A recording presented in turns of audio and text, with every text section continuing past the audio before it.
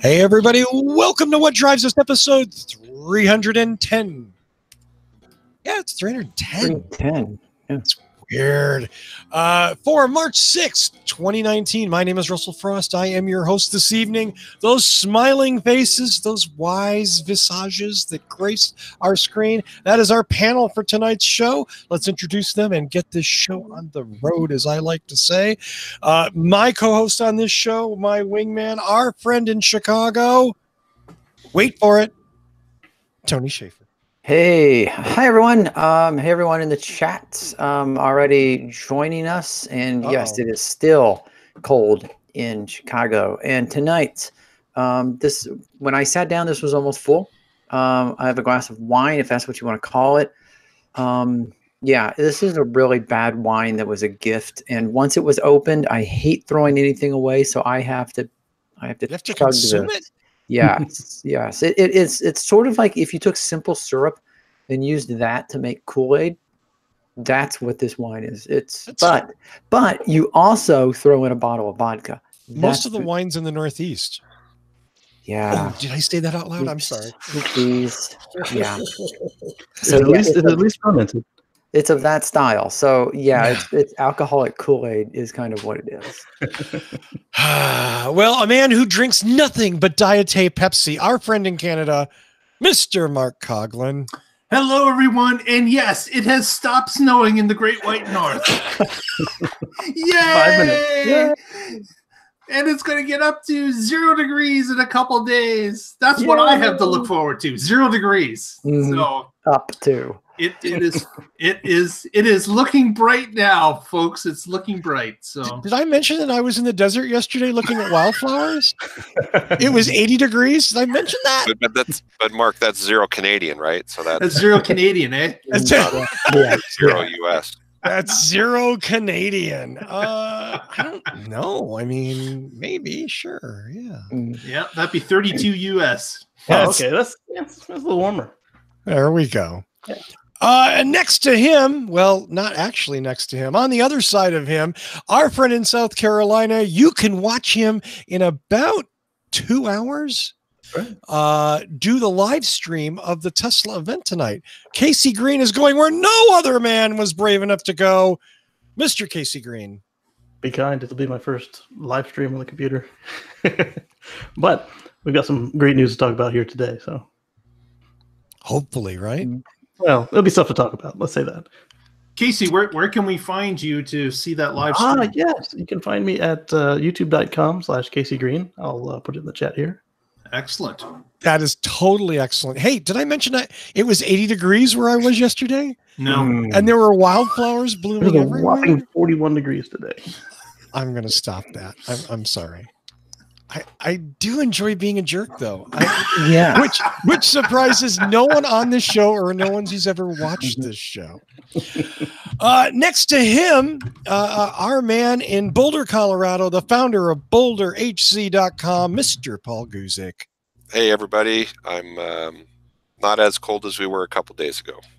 So things are looking. And I have a beer, so. So you don't have any of them Prius in with the attachment. Yes, no immobilizer, breathalyzer Prius this week. Thank God, right? I mean, well, we have a lot to cover tonight, and oddly enough, about all of it has to do with one company, and almost all of it has to do with one product.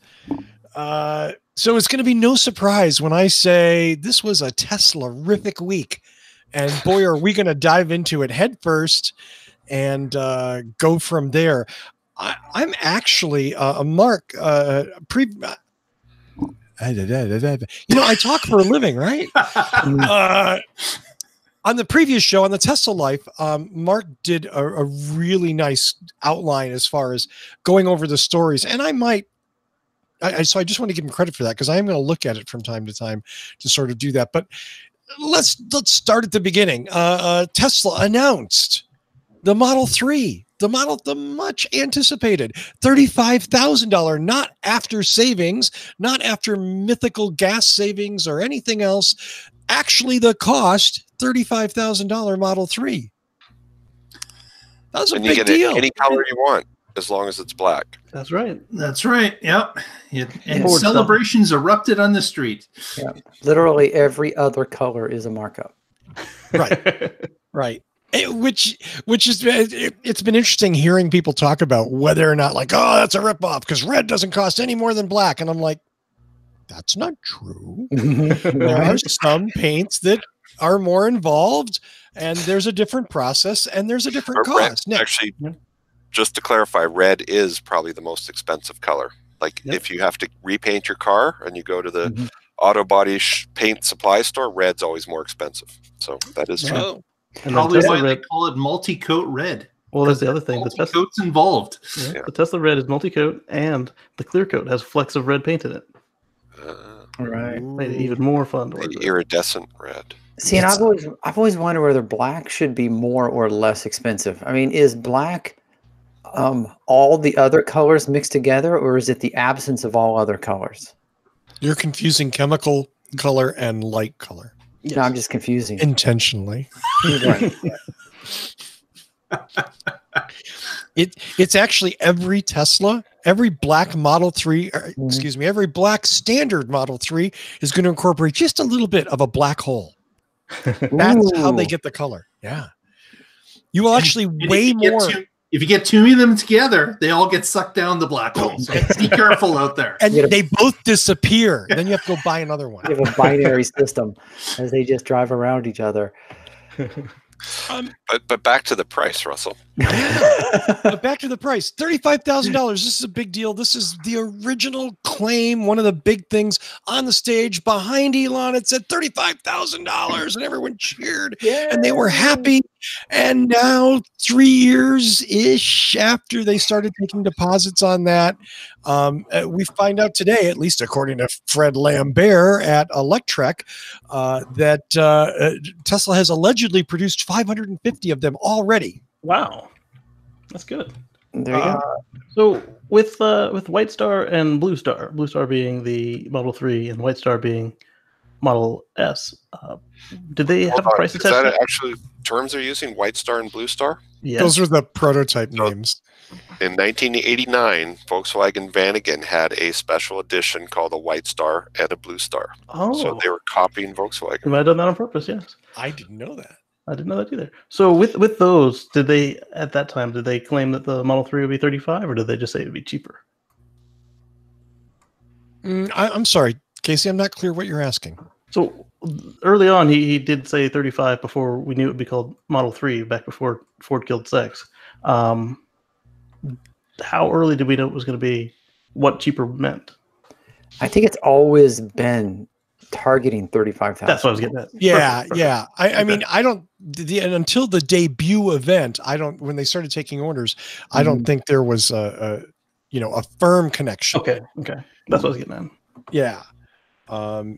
So it's certainly been much anticipated, and needless to say, anyone who's followed this with any sort of attention span at all has noticed that Tesla's had a hard time getting there.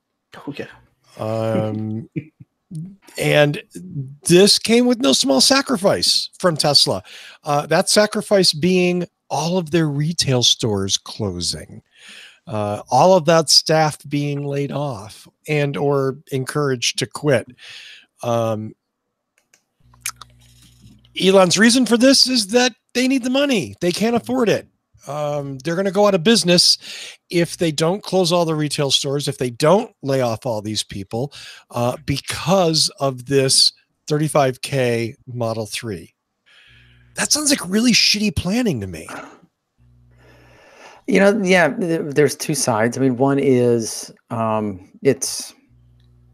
I mean, they got to show the money guys that they're tightening their belt. They're just not throwing money after every problem. There is that, but I mean, tightening the belt and then closing every showroom. Right. it's like that's not every. There is a small amount that remain open. We don't know what the number is, but they said a small amount. Yeah, very small amount. And those that stay turn into galleries versus stores. Right. Well, They'll show you how to use your phone. A lot of them they have lease commitments. So are they going to just pay the lease and leave the building empty? Yes, they are. They are. Yeah. I mean, there's one started already that hasn't opened yet, not far from here. That was a big ass showroom that they signed a 10-year lease on, and it didn't even open. So they're going to pay the nut for 10 years. And hopefully, it's big enough to run service out of. Or it is big enough for service, and maybe they could sublet it to someone else. But they're on the hook for it. Yeah, and that's not the only location that's closing, or at least there was another one. I want to say it was in Texas. I don't recall, but there was one location that hadn't even opened yet that was on the closing list. Wow. Have you seen the pictures of the one of them had a printed sign, the other one had a nice window cling. Yeah. Said, use your phone. Use your phone. Yeah. This is the way people order cars now. Did you know that? Yeah. You know, the one interesting thing about closing the stores, because Tesla has been working really hard to try to get states to change their dealership rules and regulations.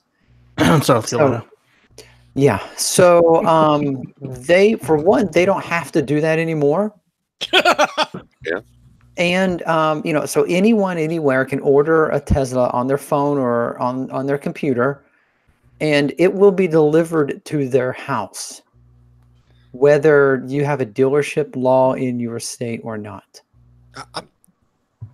I didn't see that, Tony. They already were doing that part. Yeah. They're going to deliver them to your home. Yeah, they offered to deliver mine to the house, but there's no additional 2 weeks because with the closing, especially with the closing of the stores and the galleries, and there's nowhere else to deliver them to. Yeah. I thought they were shunting them to regional delivery centers, service centers. No, and that was one of the things that Elon said is in a tweet or somewhere on a call or something. He said, because they were having so much trouble making inroads into some of these states that had these dealership laws protecting the consumers from the manufacturers, now you can just order it and it'll be dropped off in your house and screw all the other dealerships. So this is a nice, and they do have like the if you don't like it, send it back policy, which is good. Yeah. If you haven't had a test drive, well, now you can't. So just saying, They had a nice video in Chinese where they did the whole process. Thankfully, it had subtitles. And the guy ordered it. The rep was like, I have an appointment at 7. And you see him prepping the car. And he calls the client, hey, I'm going to meet you at your house. Are you going to be there? And he drives up and the whole family's waiting. It was beautiful. And of course, when self-driving becomes available, the car will just drive up itself. Yeah. Be at your street corner at 7 p.m. Door will open for you.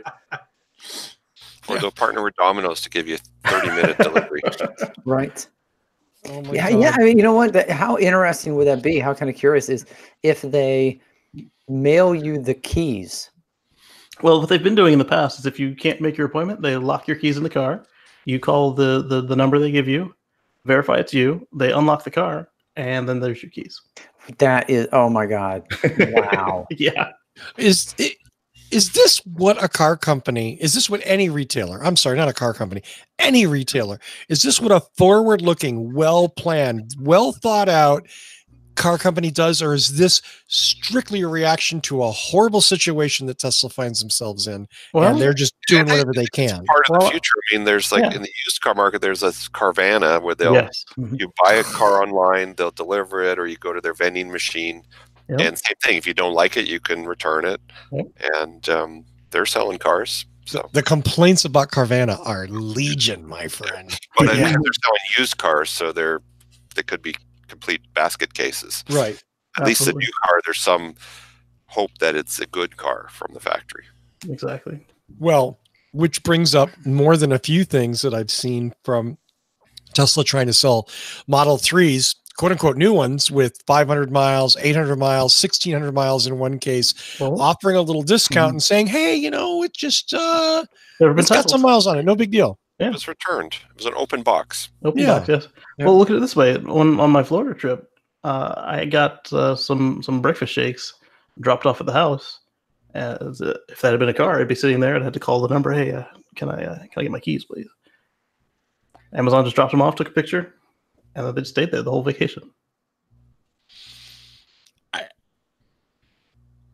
I guess so. So no one's going to say yes. This is, or is that? I'm sorry. Is the consensus of the panel that yes, this was a well thought out strategic move? I didn't say that. No. I didn't say well thought out. No, I'm sorry, because it was the question that I asked. The end game will be all right, but well, I have to say that out of the blue. I as a Tesla owner bought into the car. I'm not new to EVs. I knew what I was doing, and yes, I ordered the car online. But certainly I went to a store. I sat in a car. Even while my reservation was in, I did take the opportunities to see a physical car before I actually put the money down. And did you drive it? I didn't get to drive one, but I drove in one. I didn't even get to see one. When Yo-Yo came to town, I was able to go on a drive with him in January of last year. And that convinced me that the rear-wheel drive car was all I needed, and that's what allowed me to put down the money without being worried about it. I knew what the car was like. I drove in it. I got to speak to someone that had driven a number of thousands of miles in the past 2 weeks with it, and I was confident of what I was getting. And I have to say that it was true. But my concern, to know how to drive, you don't need all-wheel drive. I don't need all-wheel drive as long as you got snow tires. That's correct. Yeah. But my concern with Tesla going forward and being profitable is, how do we switch people from gas cars that are normal, that all they know is going to a dealership to buy a car, to pick one out of a lineup?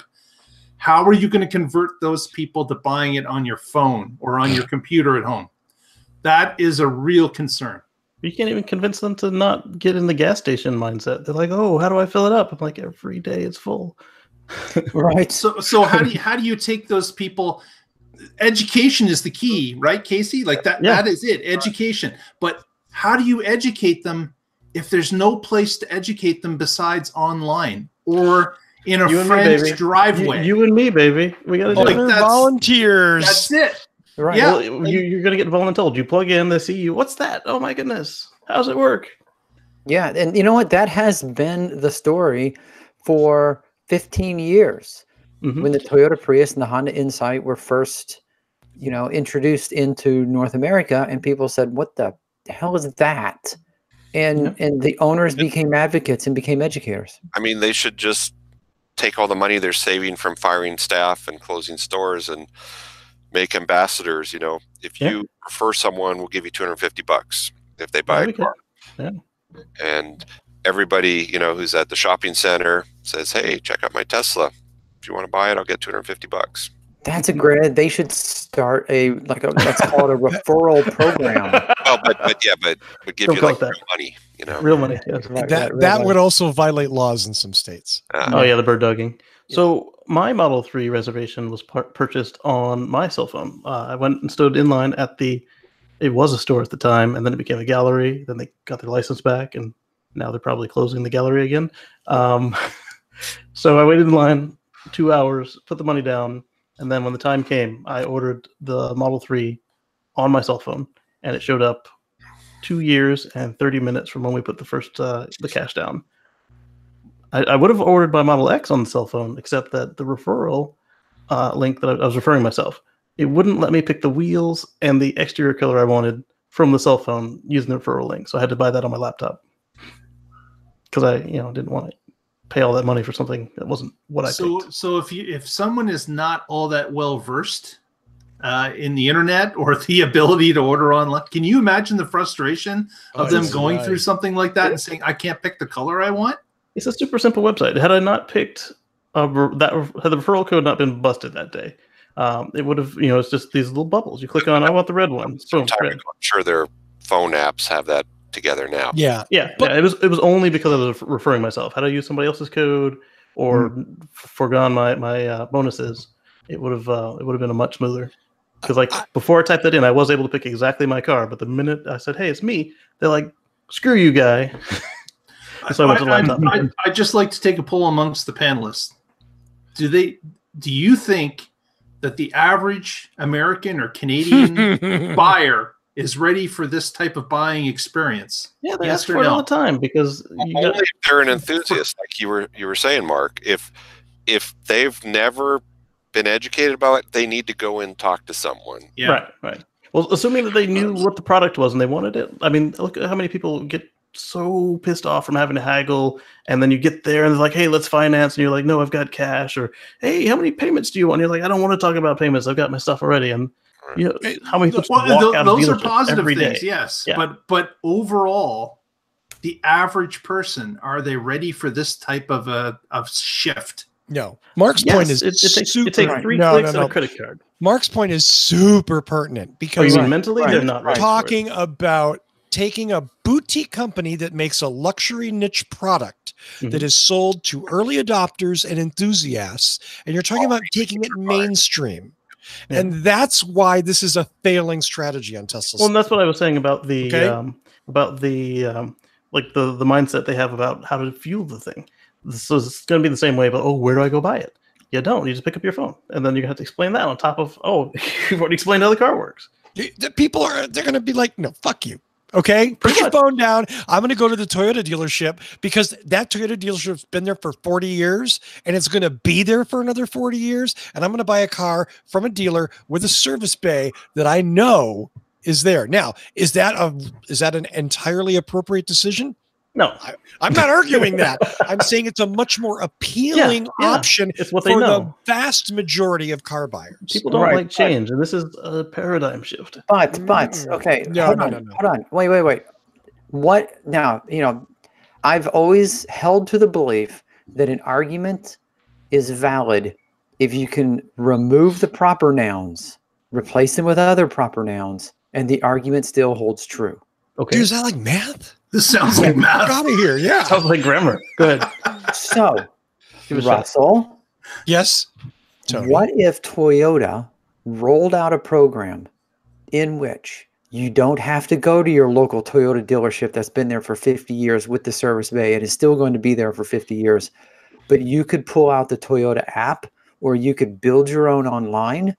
You could do the entire purchase process, and your local dealership will deliver your car to your front door, and you never have to go to a dealership. If you've done the homework and you're an enthusiast that you know what you're buying, yes, I bought my Prime before I saw it. I bought it online. And you don't even need to be an enthusiast. I'm talking about buying a straight-up Camry LE online that gets delivered. Car, drive it, see how it smells, see how it feels, and that's, unless you know exactly what you're getting, people are not going to do that. Am I the only one here that's old enough to understand the phrase "kicking the tires"? Yeah, well, here's the thing: they could put them in malls, lock them up, put them right next to the food court.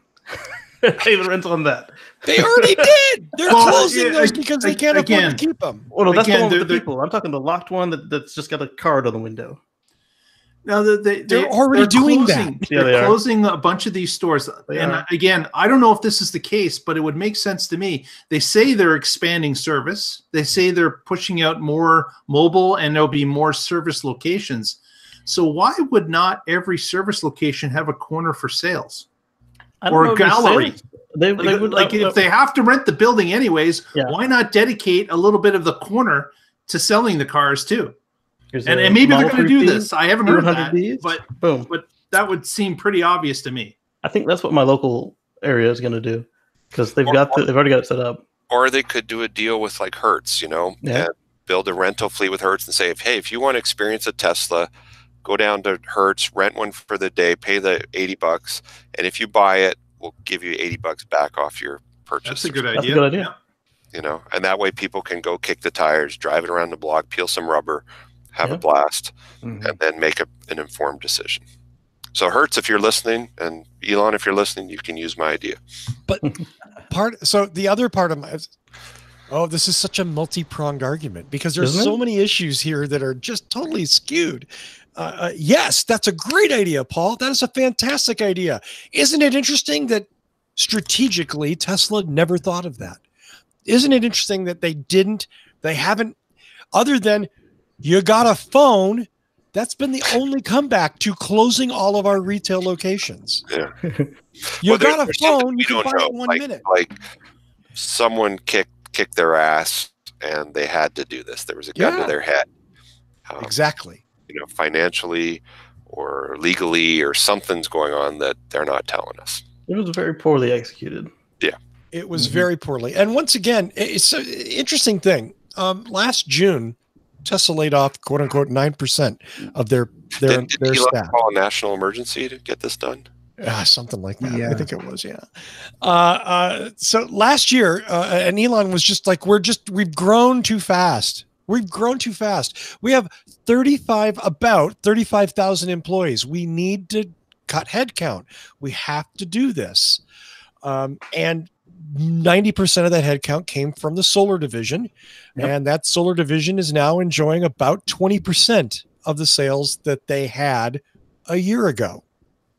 But they can Okay. afford it now. Sales down 80%, Yeah. Yikes. but they're not spending all that money.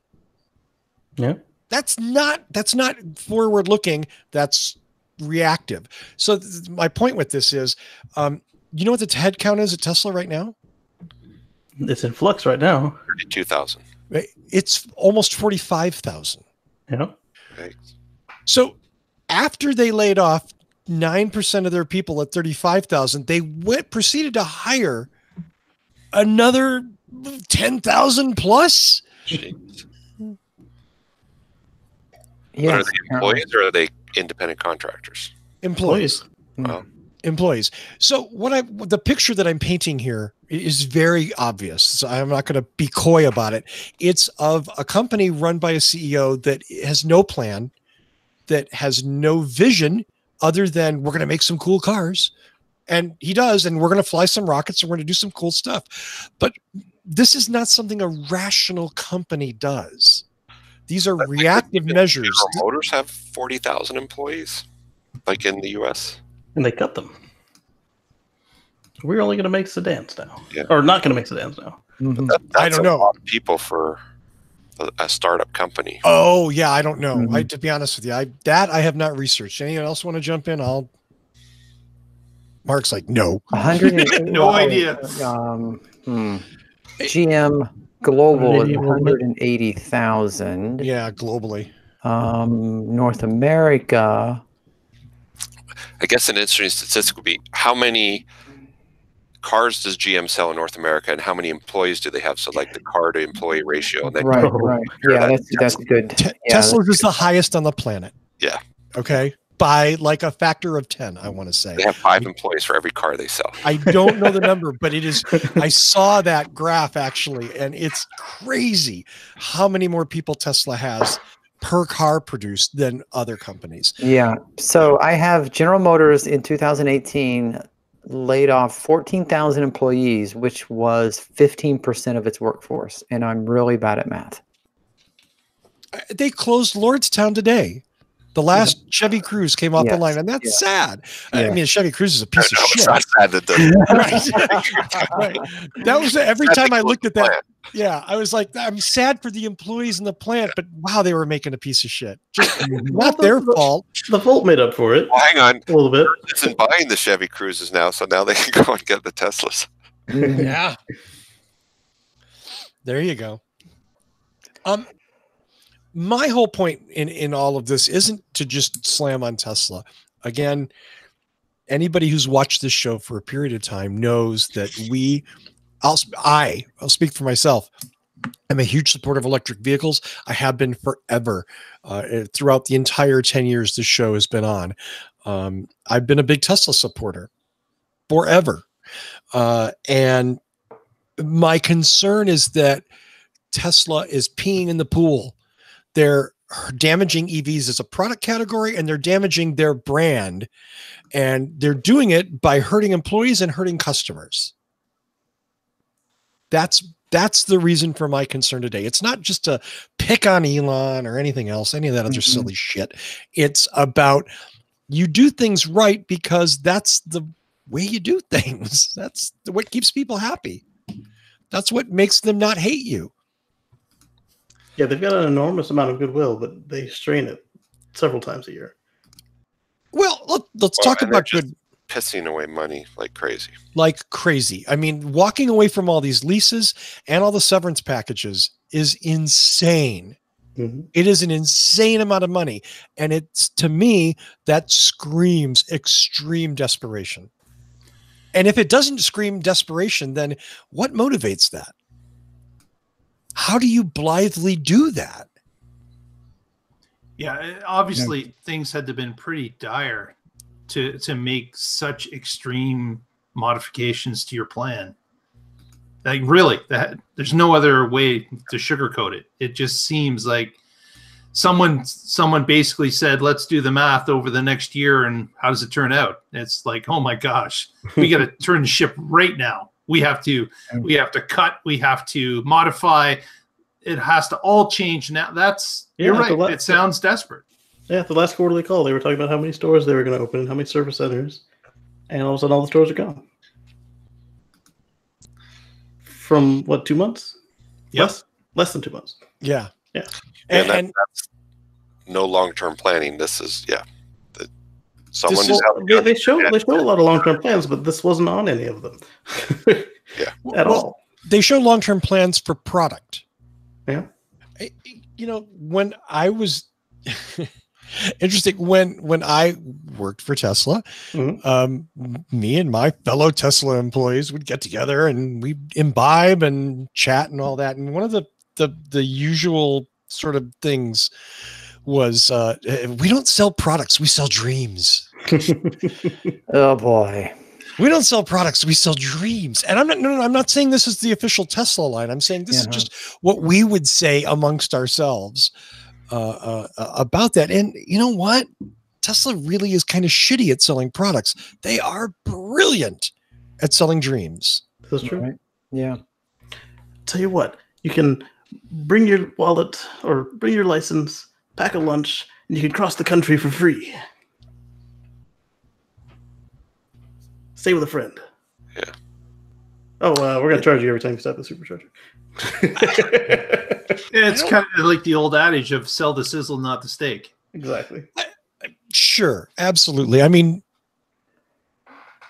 absolutely. No one. Yeah, but that's still not really an excuse to sort of like run and gun a multi-billion-dollar business with 40,000 plus employees.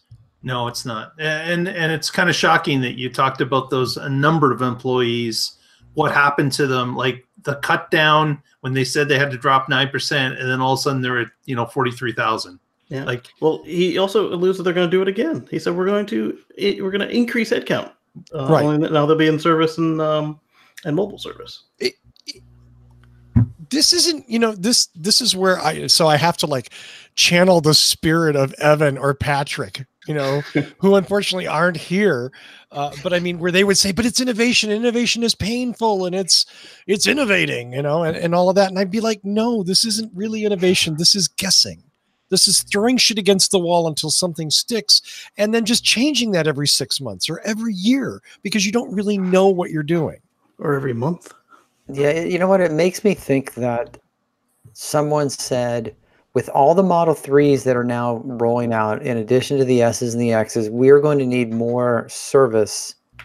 And someone else said, yeah, but we can't afford that many, service centers, and we can't afford all those employees. And Elon said, hold my beer, I'll take care of it. Yeah. Which brings us to the Securities and Exchange Commission. Yep. They are going to have a hearing with Mr. Musk and whoever the general counsel of Tesla happens to be that on that day. He's going to get slapped hard. And because he's he's emphatically said he has no respect for them. They are broken. He doesn't care about their rulings, and clearly hasn't followed what he agreed to follow when he coughed up $20 million to pay for his last transgressions. Yeah. And again, these aren't like little things. This is not like, oh, Elon was driving 57 in a 55. This is more like driving 120 in a 25-mile-an-hour school and hospital zone with deaf and handicapped children. Okay? Weaving between the school buses. Yeah, right, exactly. So, with no insurance. Yeah. The examples of this are so numerous. We don't have time to go through them all. Most recently, the Tesla, the call that took place.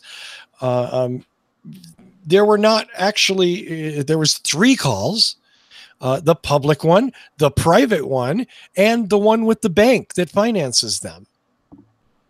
Everybody could listen in on the first one. The second one, well, there was a transcript by one person who violated the terms and typed up and printed a transcript. And then the third one just came out today. Apparently, Elon had a discussion with Deutsche Bank about, again, material revelations, which by United States law have to be made public. This was part of the agreement, and yet he's flaunted this. Again, I'm not arguing the efficacy of the law or that it should exist or it does. I'm saying this is the law. This is what they'll do to you if you violate the law. If you're a responsible, forward-looking CEO, what do? You wait to be sentenced. That's all there is left here. There's really everything you've said is true and accurate. There's no counter argument. He did all those things, so there's nothing left to do. I got nothing. Show's over. Good night. Yeah. All right. Yeah. Right now, everyone who is streaming the show on audio is like, which by the way is iTunes, Stitcher, TuneIn, Google Play, and Spotify. Right there for that 5 seconds, they looked at the radio. It's still working. They were still on, yes. What the fuck? So I asked this show on the Tesla Life. We have 2 Tesla owners here, and for the knowledge, the enrichment of our audience, 2 Tesla owners. Tesla announced, in fact, let me put that up. That way everybody can see it. Those of you listening, my apologies in advance. But we'll tell you what's going on here in a moment. This is a spreadsheet that has the former retail price and the current retail price plus the difference. So 2 Tesla owners. Mark has a Model 3. Casey has a Model X.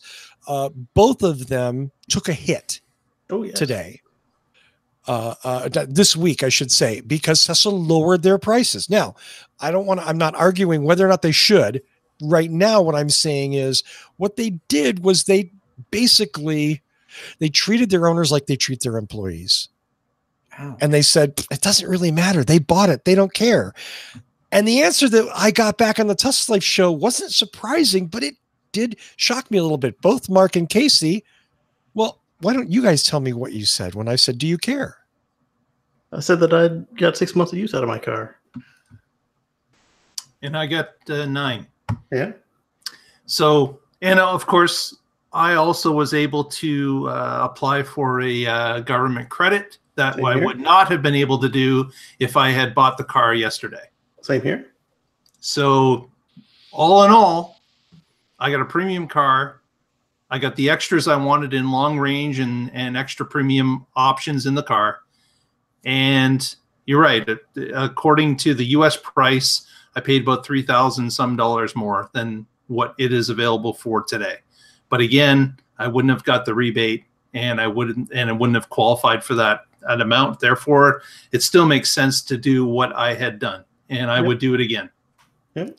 And in my case, the first one was used, so that one didn't hurt at all. And then the second one, just like Mark, I got plenty of financial benefit from it already. Yeah, and I definitely don't want you guys to feel bad. I don't want any Tesla owner to feel bad. I guess what I'm presenting here is a case with different points where I go, I don't think it's good management that Tesla does these things that potentially hurt their employees and their customers. Well, look at the riots. In what sense? Well, they had riots in Europe and Asia about the price going down. And in China. Especially China. The protests were especially bitter there. Why? Oh my God. Why were they so bitter in China? Because this is a status symbol in China. And if it's all over the news that your status symbol just took a dump in price. And in some cases, tens, 20s, 30s, thousands of dollars. Yeah. Mm-hmm. And that's still not the same thing. I mean, the 35K car is, a basic. Well, they don't sell it there. They only sell the premium and the performance. Oh, okay. Right, but people went out and bought, $100,000 car. Yeah, I think that maybe Casey and I would view this differently if we bought the car a week ago. Yes, absolutely. Yeah, we paid X amount of dollars, and then a week later it was chopped off. Or even more hyperbolic, to the absolute extreme, to take it to the hyperbole, is you're picking up your car, you're driving home, you're happy as can be, you're listening to the news on the way home. All the cars just dropped in price. Right. Yeah. Let's not make it hyperbolic. Let's make it realistic. There's a comedian who you guys may or may not know named Christopher Titus. Yes. Yeah. He had a show for a while. Yeah. Christopher Titus, been on TV, he's been on HBO and all that stuff. I don't think he's especially funny, but bless him for whatever. I mean, he has a huge audience. Christopher Titus is a Tesla owner. He about, I don't know, I want to say a few weeks ago, ordered a Model 3 for his wife. And then I want to say just a few days before delivery, when the announcement was made that the 35K was coming out and that they were dumping the price on the other ones, he was like, well, what are you going to do for me? Are you going to make me whole here? And Elon's point was, nice. I like that show title. Elon's point was, we can't. We'll go out of business. We can't make our customers whole because of this. That's just the way things work. Yeah. And he was like, seriously? So what Tesla's requiring him to do is to return the vehicle, which he says he's doing. Yep. And in 30 to 60 days, which means he's going to make 2 payments on a vehicle he doesn't have, they will give him a refund, at which point he has the option of rebuying the vehicle at the lower price. He could rebuy the second one while the first one is in process if he's got the cash for it. Well, I'm going to give you the same car in the open box sale. Yes. Right. I'm going to give you one guess how he feels about Tesla right now. Oh, well, he let the world know, and it wasn't pretty. Yeah. It wasn't pretty at all. So you saw the tweets. Yeah, I saw the tweets. Okay. I forget how well informed all of you are. My apologies. So it just, again, you do these things as a business, either because you have to or because it's your policy or because it makes sense, right? Yeah. You don't, hey, how can we piss off our owners? Well, I got it. Let's dump the price between 5 and 40% on all of our vehicles. If they hadn't caved to Mr. Lambert on the Model 3 performance price drop, that precedent wouldn't have been set. But it was. And you're right. So now he has to make the customer whole. And I'm going to bring up the question that I brought up on the Tesla Life, which was, what exactly is the business purpose for dropping the price? Why are they taking a hit on their gross profit per unit? That's a good question. I know why they say it is. Casey, I don't want to talk the whole time, please. Well, I mean, I know they say it's, they only want the 25% profit margin per premium vehicle, but like Tony said earlier, that why would you give up the free money? Yeah, some people in the chat room have said, a few people now have said, ICE cars go on sale all the time. And, Mhm. Ford, the Ford F-150, Ford is like $12,000 off right now on the F-150. But that's a temporary thing.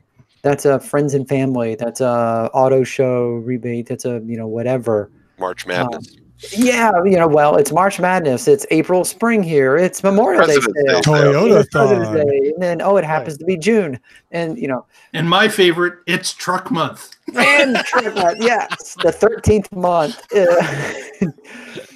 But so people are like, what's the big deal? Like other manufacturers do this all the time. But, here people were buying Teslas at the price and then they chopped it. Mhm. And if you come out with a cheap version, Model 3, you want to make up the cost of the lower priced vehicle by keeping your highest priced vehicle where it is and making that money, not slashing the cost of your entire product line. And not just here in the United States, but also in China where they don't sell the cheap Model 3. Mhm. Right. And there's always going to be people to pay up for the fanciest version. Yes. If it's desirable luxury. If you pee in that pool and you ruin your brand, suddenly it's just an expensive thing. Yeah. And that's the problem that I have with this price change in a lot of ways with Tesla. I assume they had reasons for doing it. I don't know what they are. Tesla's not going to tell me. That's an unusual. Every business has secrets like that. They don't explain why they do the strategy, but this strategy is exceptionally stupid. Because it's damaging their brand. And if there's anything that is valuable at Tesla, it is the brand name. Yes. So that you would do something to kind of besmirch this means you're either, again, really desperate or really stupid. It's something, I just typed in the chat room here, and this is something I didn't think about until I was just now was, so Eric in the chat room said, because demand is dropping for the higher value versions and selling a cheaper long range Model 3 still nets more money than a $35,000 Model 3, which is true. And what I came back with was the fact that Apple knows the iPad cannibalizes the MacBook, but they don't slash the price of the MacBook. So on Twitter, there's an account called Lafroig and Do LLP, and I had to look up. Thank you, Casey or Tony, how to say Lafroig. I did not know how to correctly pronounce that Scotch whiskey brand. A wonderful point, because I'm kind of a wristwatch geek. This person paralleled Rolex and Tesla, and why you don't do the things that Tesla is doing, because it damages your brand forever. And it was a brilliant thread, and I highly encourage you to look it up. Again, basically, it's really simple. People buy these things because they're expensive. They are an aspirational purchase. Exclusivity thing. Because they are expensive. And that was, again, why that protest in China was so vociferous, was that these people, like, they were robbed of the intrinsic value of what they either were waiting to buy or had just bought. I would hate to be the guy whose car was on the truck and wouldn't get the discount. That would piss me off. Cancel the check and walk away. I guess. I don't know. You know what I mean? Like, yeah, what do you do? Maybe you cancel the check. I guess it depends on how much of the deposit is non-refundable. Yes. Yeah, you walk over to Neo and you buy yourself an electric car. Well, I also wonder how many of these, 400,000 people who gave $1,000 either canceled or sitting on the fence. I did the $1,000 and I didn't pull the trigger. Mm-hmm. And, I'm waiting to see what's going to happen. I might still pull the trigger. I might say, hey, give me my money back. And there's 390,000 other people doing that. That's going to hurt them. I think with that they they delivered most of them, and then a lot of the ones that remained were obviously people like you that were holding off either for the next product or for a reason to pull the trigger. But then don't forget how many in Asia, Australia, and Europe that haven't had the shot at it yet, but are still in line. Mm-hmm. Anybody know what's the number? How many Model 3s have we sold so far or have been made? The VIN tracker shows around 300 and some odd thousand. Okay, so there should be 100, 150,000 left. Mm-hmm. And you cut 10% off of anything, right? Yeah. Whether it's head count or a number. So sure, some people dropped out. We know people that have dropped out. So somewhere there's got to be demand for 80,000 or so Model 3s. Especially worldwide. Yeah. Especially worldwide. Yet Tesla isn't acting like a company that has 80,000 sales in the bag. Everything they're doing, in fact, goes against that. You don't somebody's prepaid a deposit on a car and they've agreed to your price. You don't cut that price. Worst negotiator ever. Right. Second worst negotiator ever. Okay, right. I stand corrected. Mark, I agree. There's you were just giving me side eye, man. I agree. He is the second worst negotiator ever. There is a serious desperation factor in this.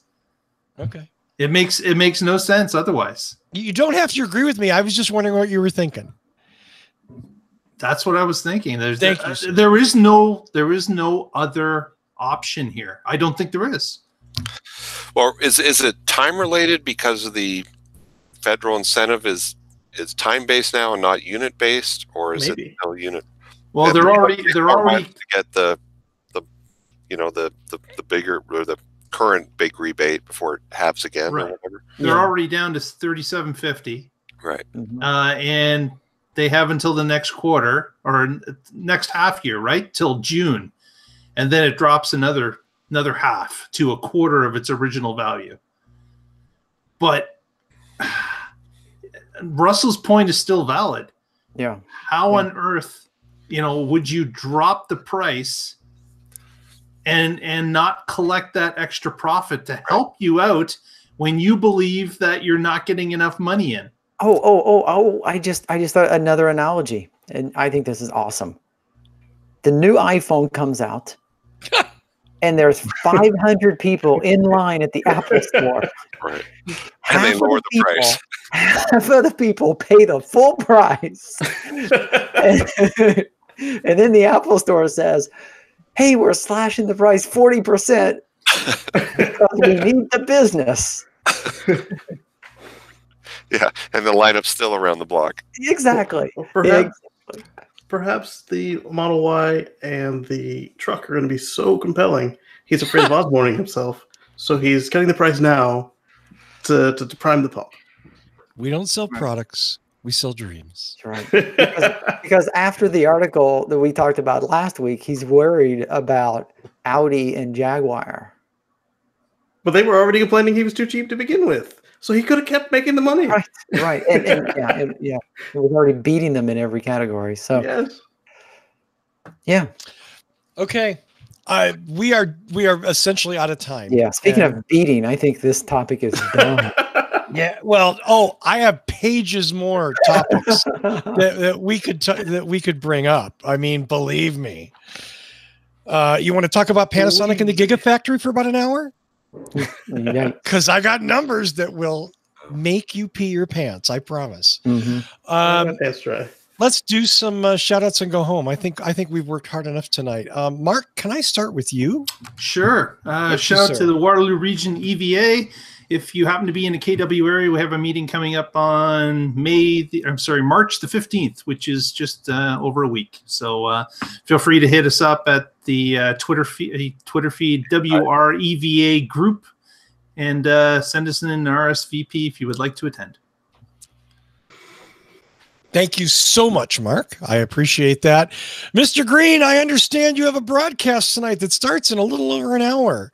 YouTube.com/Casey Green. That's me. That's all the help with the shout out you get, my friend. We're gonna be doing is watching the unveiling of Supercharger version 3, because anybody who's familiar with my channel knows that over 50% of my content is me going to all the Superchargers and giving them a score. And So I figured this plays right into that, because now I might have to go back and do them all again. Oh, geez. So are you getting in the car and driving over to Hawthorne in about? No. I have to be at work in the morning. So what I do is I make sure that we know where the restrooms are. We know if there's any trash cans that you can, or even recycle bins that you can dispose of your waste. And then if it's not right in there on the navigation system, I'll show you how to get there. Like St. Augustine, you get half a mile from it, and the nav just turns off. It's like, hey, you're there. And you're like, where? And so they can watch my video and see how to actually get to the place. Is there much time restrictions in the supercharger stations? In what way? Like the operating hours? Like I noticed the local one in Boulder here, because so many people bought Model 3s that now there's a sign that says 40 minutes. 40 minutes. Yes. Go home. I noticed that when I went to Florida, that a couple of the stations I'd used before that didn't say anything about time now have sandwich boards that say 40 minutes only. So. That's going to piss people off too. Yeah, they could. There was in the Florida area where I lived outside of Tampa, there was a 6 or 8 station supercharger, and the people who worked in the shopping mall that it was next to, there was a couple of Tesla owners, and you would every day see their cars parked and plugged in the whole time. Now, not that I ever saw that supercharger full. I don't know that it ever was, but someday. Well, now that they're cranking out Model 3s. Right. Yeah. Right. Yeah. And I imagine that each stall costs probably a couple dozen grand. Ooh. Yeah. Per parking spot. After 40 minutes, did they start siphoning the electricity back out of the car? They charge you $1 a minute after you've met the criteria. Okay. In fact, I got a warning email. I was talking to a elderly man the other day, and older folks have great stories. So we were into the story, and then another car pulled up. I'm like, all right, that would put it over half. Let me go unplug. And then after I unplugged, I got an email from them saying, hey, that was your freebie. You owe us 50 cents. No. Yes. Brutal. Well, speaking of brutal, Mr. Guzik. I got nothing. That's the shittiest segue ever. I'm sorry, man. You're the least brutal guy on this panel. Well, maybe Coughlin. Now you're helping yourself.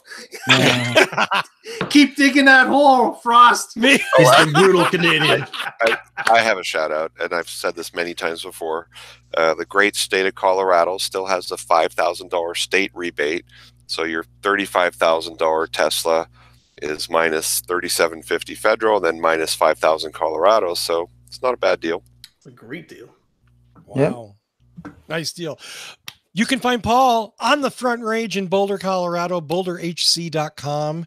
If you have a hybrid or an EV, he sells them, he buys them, he fixes them. Yeah. What else do you need? A Vanagon.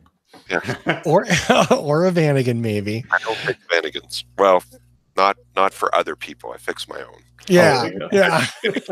All of a sudden, there's like Paul comes in the next morning. There's like 6 Vanagons lined up, all like Grateful Dead stickered out, and like stuff hanging in the windows. That's your nightmare, my friend. Mr. Schaefer, would you please, my friend, bring us home?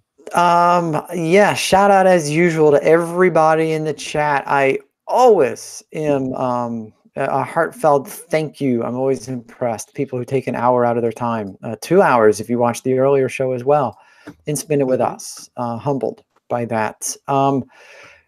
You can find us facebook.com/whatdrivesus. As I mentioned before, audio podcasts are on Stitcher, TuneIn, Spotify, Apple. Slacker. What was the other one? Apple iPad, Apple iTunes, and iTunes, and you said Spotify. TuneIn. You can listen to the show in your Tesla on TuneIn. A shout out to Philip Barclay, who helps with the Flipboard. If you use Flipboard as a news aggregator, look for What Drives Us. And a shout out to Danny Cooper, who keeps whatdrives.us up and running so that we can actually get on our podcasts out to people. And if you haven't yet watched my latest video on how cold weather and the heater affects the EV range of a Prius Prime, go check it out. You got to watch it to the very end. It has a shocking ending. Let me guess, it sucks. Yes. Don't give it away. I don't want to give it away, but needless to say, Ned Stark dies. Oh, Damn it. Your mileage may vary. Yeah. Everyone dies. It's George R. R. Martin. Yeah, Everyone. yeah, right. As always, I want to thank Michael Mannering for our theme music. Visit him at manthing.com. As Tony said, facebook.com/whatdrivesus, youtube.com/whatdrivesus. As my friend Casey likes to say, ring the bell.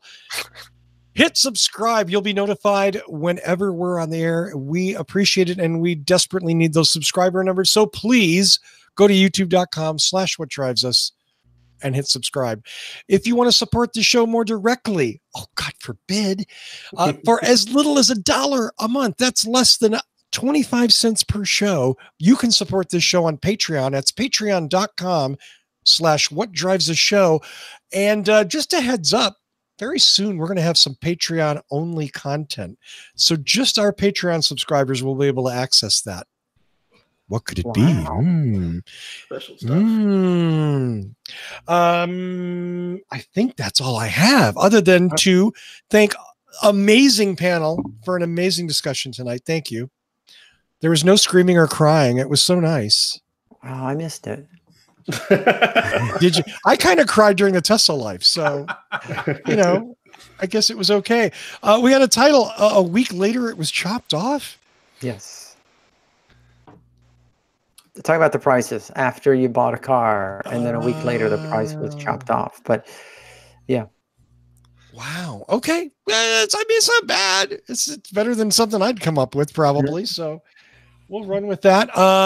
Again, thanks to Philip Barclay. Always want to thank Lee Moon for his support. And of course, thanks to everybody in the chat room for coming on and suggesting titles and putting up with our stuff live. You will, just a heads up, March 14th, mark it down in your calendar. Either this or the Tesla Life. We're not sure where it's going to come from. We're going to be live streaming the Model Y debut, and I guarantee fun for all. How would I guarantee that? I have no idea. Yeah, how do you guarantee that? I'm going to guarantee it. I'm following Elon, man. I guarantee you're going to have fun. I will be drinking, that's for sure. Yeah, I'm going to be drinking heavily that night, probably. So once again, thanks to all of you, Lee Moon customers love to me cake. Yeah, I really should force feed them cake. Thanks to all of you who tune in and watch and or listen every week. Tune in next week and find out what drives us.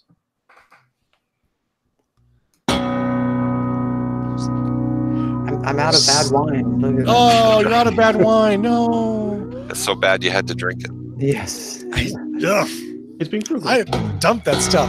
Have a great week, everybody. We'll see you next week.